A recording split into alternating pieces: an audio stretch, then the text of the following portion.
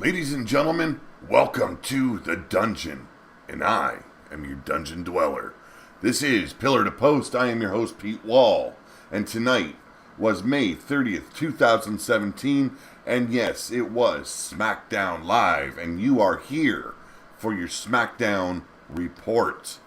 Now, before we go on, I want you to do me a favor. If you are not a subscriber, please hit that subscribe button. On vidme.com, if you are not a follower, please follow. Also, vidme, upvote. Here on YouTube, hit that like button. Make sure you hit that little bell to get the notifications because, like I stated in my last show, there is a lot more coming to the channel. We've got gameplay started with The Last of Us. Also, you are going to be seeing more live streams coming your way. I think I'm going to start doing things a little bit differently down here. You're going to see different screens. I'm working on them currently. These were just thrown together once I got the new PC going, so make sure you stay tuned. Things are changing here on Pillar to Post. Now, before we get moving, I want to give a shout out to my sponsors, and they are Audible. Today's podcast is brought to you by Audible. Get a free audiobook download and 30-day free trial at www.audibletrial.com/pillar2post. Now, they have over 180,000 titles to choose from, as well as any genre that you can think of. They have it. Okay? Now, you can use them for your iPhone, Android, Kindle, or MP3 player. So that means you can take your book anywhere you go. Doesn't matter what you're doing. Either you're camping, either you're at the gym, taking a long cruise in your car. Does not matter. You always have that option that you can have a book playing while someone reads to you. So take advantage of this deal. You get a free audiobook, you get 30-day free membership, and remember, you can cancel the same day, but you still keep your free audiobook, and you can choose from a variety of genres. So make sure you check that out because it does help Pillar to Post, it does help Audible, and you get something in return for it. Also, now you can visit my Teespring Store, and that is in the description below. Also my FB, and that is Facebook merchandise page, and my Facebook author page, as well as become a friend of mine on Facebook, and that is all in the description below. If you want to see what I'm doing on VidMe, right now, currently, I am just uploading these episodes to VidMe, but there is stuff coming to VidMe very soon, and that is vid.me/pillar2post.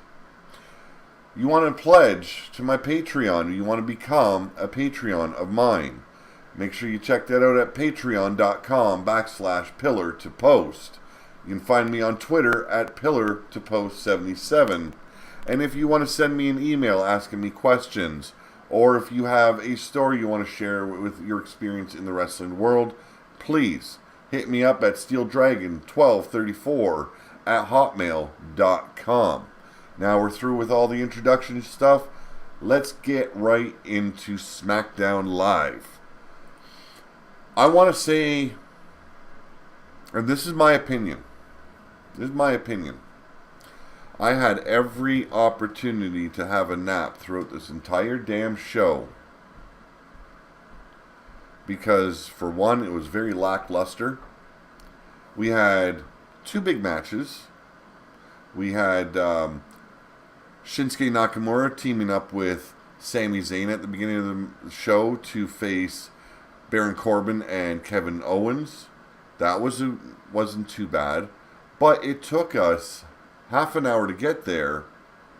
And that was maybe a 10-minute match. And then we had shit the rest of the hour for the first top of the hour. And then we got some crappy match with the Fashion Police versus the Colognes that the freaking audience was so dead that I had to slap the shit out of myself to keep going, to stay in tune with this show. I want to say the women the women did a great thing tonight. So I'm not going to bitch about what the women did. The main event, AJ Styles versus Dolph Ziggler. I figured, well, this could be good. It wasn't as good as I thought it could be. But it was still a good match. I'm not going to shit on it either. But 80% of the show, complete garbage. That is my opinion of tonight's show. 80% garbage, 20% actual watchable television. We started off the show, and we are in Georgia, the home town or the home city of AJ Styles. So he was there, as well as the New Day returned and finally made their debut on Smackdown Live. But, yeah. This is what they call wrestling today. So the show kicks off with all 5 women that will be participating in tonight's Fatal 5-Way Elimination match to determine the new number 1 contender to the WWE SmackDown Women's Championship. They take turns telling the fans why they deserve to win in pre-recorded videos. I thought it was nice that they did it. They gave each woman a platform. That's sometimes needed because the women don't get the attention that they actually and rightfully deserve. And what they did tonight with their match, pitch perfect. Pitch perfect. I liked it. That was followed up with the highlight reel. Kevin Owens highlight reel. And if you've watched my show, you know what I think about these segments. They are complete garbage. But the United States champion, Kevin Owens, makes his way out to the ring for another edition of the stolen highlight reel. He brings out Shinsuke Nakamura, who gets a great reaction as the crowd sings along with his theme song, as they always tend to do. Now, Owens says Nakamura is shrouded in mystery, and the fans want to know who he is and what he's capable of. He calls him a rock star and tells the story of what happened to the last rock star, Chris Jericho, who tried to get in his way. Now, before things can go further, Baron Corbin cuts them off and says nobody cares what they have to say. Since this is the highlight reel, he shows some highlights of his post-match assault on Sami Zayn last week. KO says that's nothing to brag about because he's been beating up Sami Zayn for the last 15 years. Corbin calls him Eric Cartman. That started last week as well. And claims he will be Mr. Money in the Bank by this time next month. Nakamura reminds Owens that he beat him last week on SmackDown and reminds Corbin of all the times he lost to Sami Zayn. Now the heels go after him and beat down Shinsuke in the middle of the ring until Zayn eventually makes the save. They clear the ring and Sami issues a challenge for a tag team match right then and there. So that was your opening to the first match, and I didn't mind the highlight reel so much today. I just find that Kevin Owens sounds more scripted when he's doing the highlight reel. He's really kind of trying to control himself, and it really looks like he's trying to remember his lines from a script, and I don't like that on him. He's a lot better when he can be organic, when he can just run his mouth and not have to worry about what the script has to say and what it's telling them to do. That is when you get a great Kevin Owens on the microphone. This I don't like. I don't like it at all. I didn't mind the beatdown on Nakamura, but come on, it's been done so many times, and these highlight reels and the Miz TVs and all the other crap is so boring, so predictable, that you know what's going to happen as soon as you see who the guest star is. The first match of the night is Sami Zayn and Shinsuke Nakamura versus Kevin Owens and Baron Corbin. It wasn't a bad match. I'm going to say that right now. It wasn't too bad of a match, and it's building towards Money in the Bank. all these 4 guys are going to be involved in it, as well as the 2 main eventers of the night, Dolph Ziggler and AJ Styles. So it's leading somewhere. But we're seeing this every week. Not with the same participants, but the same scenario every damn week. And frankly, I think they could be a lot more creative with what they're doing with these guys instead of just throwing them in 6-man tags and tag team matches. There's different avenues that you can travel and get you to where you want to go, and not just rinse, repeat until you get to the pay-per-view. And by that time, it's so predictable. We know what each guy is going to do and what is kind of going to happen. So please, be a little bit more creative. You guys have shown you can do it on SmackDown. Tonight was not a night where you guys were creative at all. You downright fucked up the show for 80% of the show. So Nakamura starts things off getting in the head of the Lone Wolf and chopping him down to size with kicks and knee strikes. He does the good vibrations in the corner and tags in Sami Zayn, but Baron doesn't want anything to do with him and tags in the US Champion. The 2 old rivals start throwing hands and Sami connects with a head scissors takedown, but gets caught coming back into the ring, and now Corbin comes in and picks him to pieces. The underdog mounted a comeback with some right hands in the corner, but fell to the numbers game as the heels alternated with quick tags. Now Corbin countered a tornado DDT with a big power slam as they cut to a commercial break. And this is where we've seen the picture-in-picture where they're running the commercial as well as the video, but the wrestling video is silent. Now, they come back from commercial break, and Sami is desperately trying to create some space to make the hot tag. Corbin sees it coming and knocks Nakamura off the apron, then plants Zayn with another big slam. He talks a little too much trash and comes off the ropes into a lariat from Zayn, who finally makes the tag to his partner. Now Nakamura takes down the big man and throws a flurry of knees as Owens, hitting a signature running kick to the champion in the corner.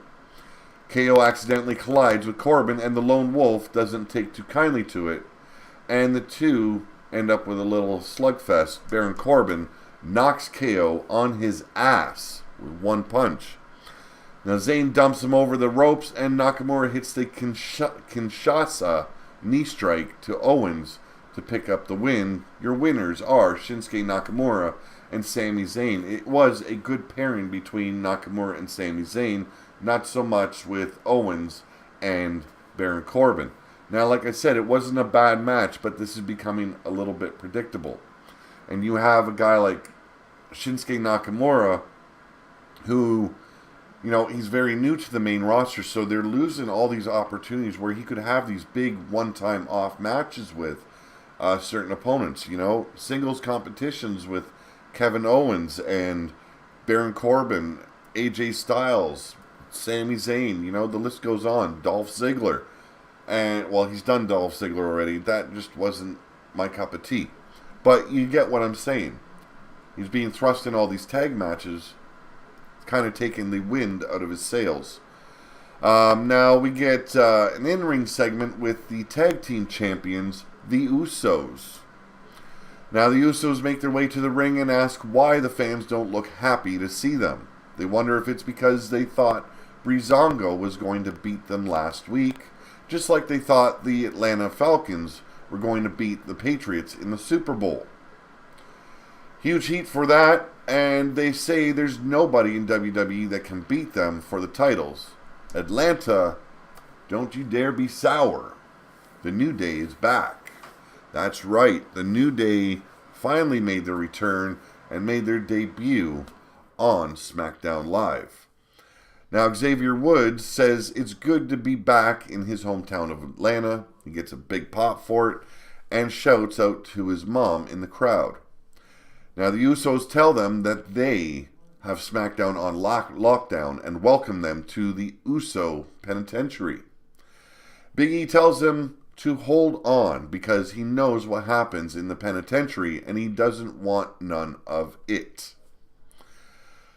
But what does he want some of is the WWE Tag Team Champions, which tells them they can do this the easy way or the hard way, then announces that they have been confirmed as the number one contenders to the titles and will face the Usos for the belts at Money in the Bank. So, another case of didn't earn it, but gonna get it. And now people can say, well, they were the longest reigning tag team champions on Raw.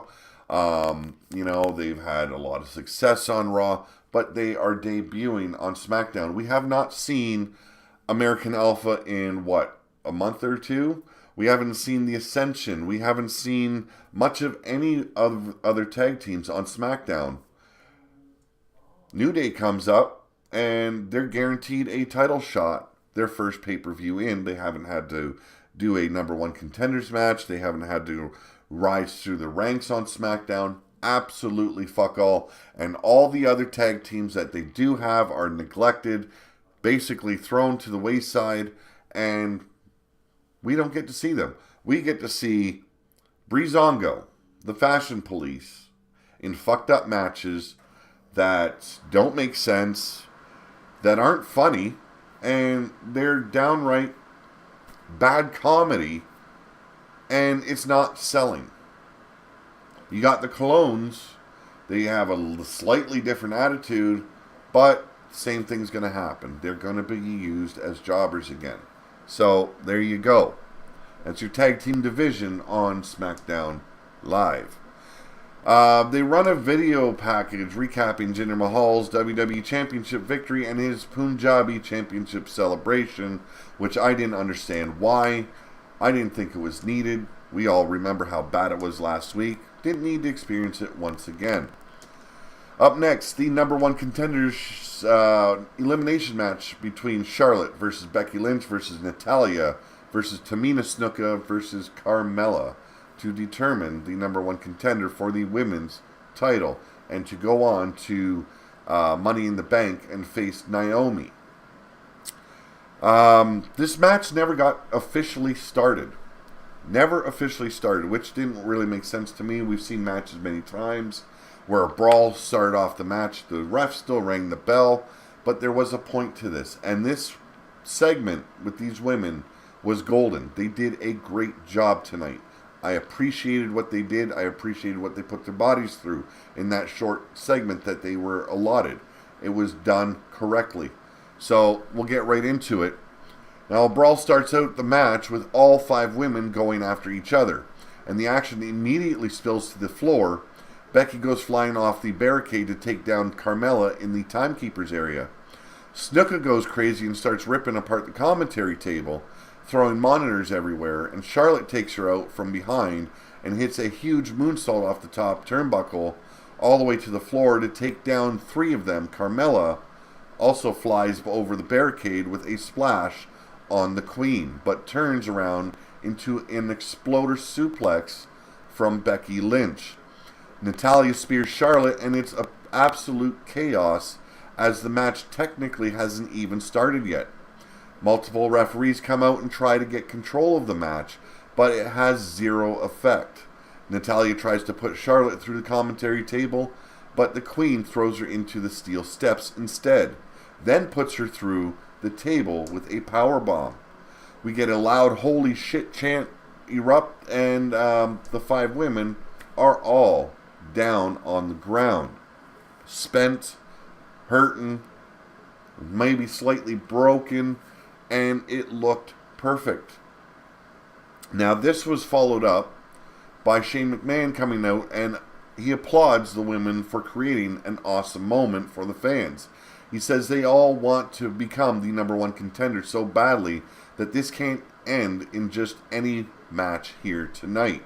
And so, there will be officially a 5-way women's Money in the Bank ladder match at Money in the Bank coming very soon. So, that was your women's match for tonight. Now, technically, it didn't get started. Technically, it wasn't too long, but they accomplished a lot and built up something to their ladder match at Money in the Bank. I loved it. I'm not going to shit on what these women did tonight because they deserve an applause. We get Breezango, also known as the Fashion Police, versus the Clones. Craptastic match. Craptastic. That is my word of the day. Craptastic.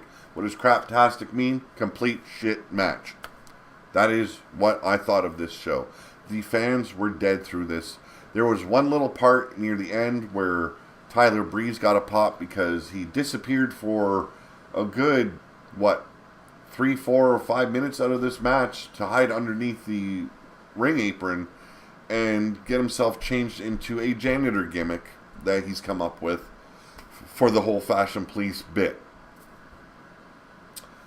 Crap match. You know, it was.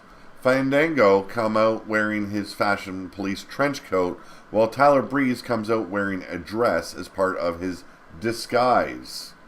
Epico went after Breeze and ripped off his dress, but got shot with a squirt gun and bailed to the floor as they cut to commercial break.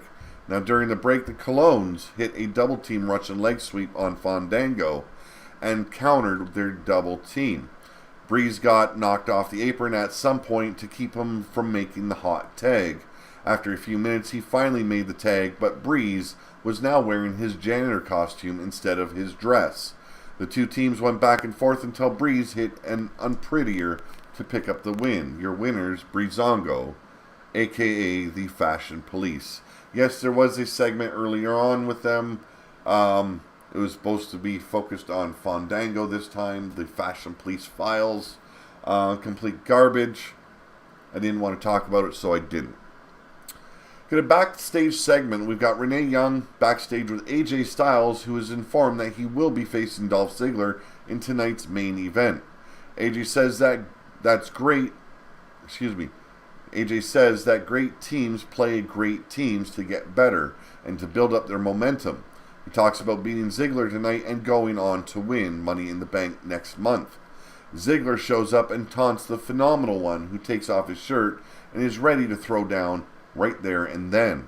But of course, the show-off simply walks off. So a nice little segment. Shows both men itching to get in the ring with each other. Both men want the momentum going into Money in the Bank. And there is still plenty of time to build that momentum going into the next Smackdown pay-per-view.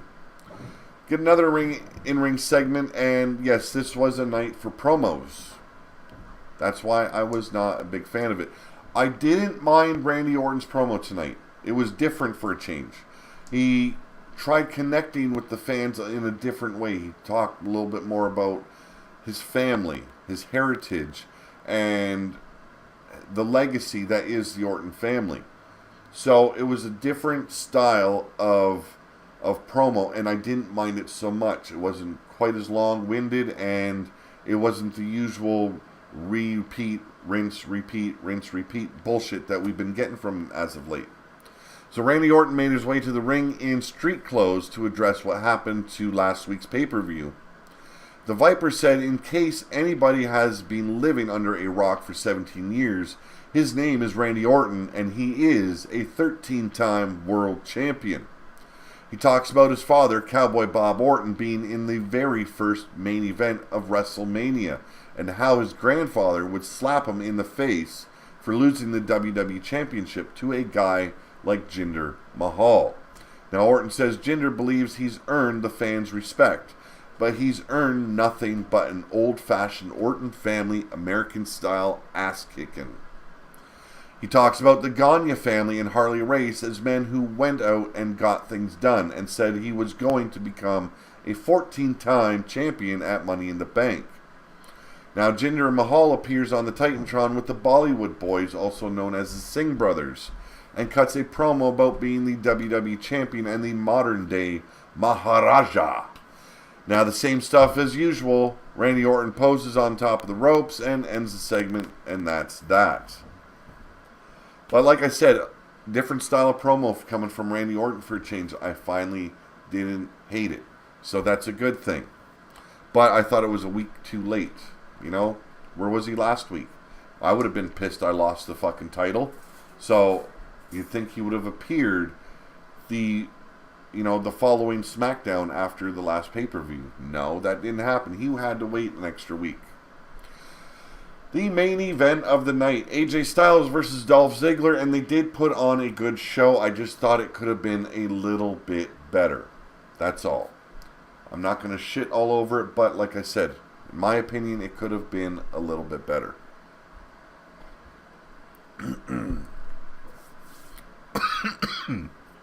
Excuse me.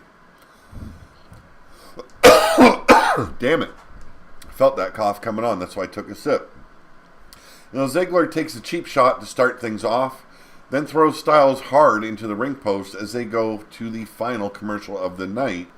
When they come back to the show-off, had things under control with a side headlock, but AJ dumped him to the ground with a back suplex. They went back and forth with Styles throwing right hands and elbows in the corner, then hit a sit-down facebuster for a count of 2. Ziggler tries to steal it with a roll-up and his feet on the ropes. Ref catches it, stops the count, but AJ kicks out and connects with a Ushigoroshi for another near fall. He looks to put things away with the Styles Clash, but Ziggler fights out of it and gets into the ropes. Now AJ caught him with a hard elbow coming back in and threw him into the bottom turnbuckle with a snap suplex. They fight for position up the turnbuckle, Styles looking for the Super Clash, but Dolph countered into a huge DDT from the second rope. It looked sick. I loved it.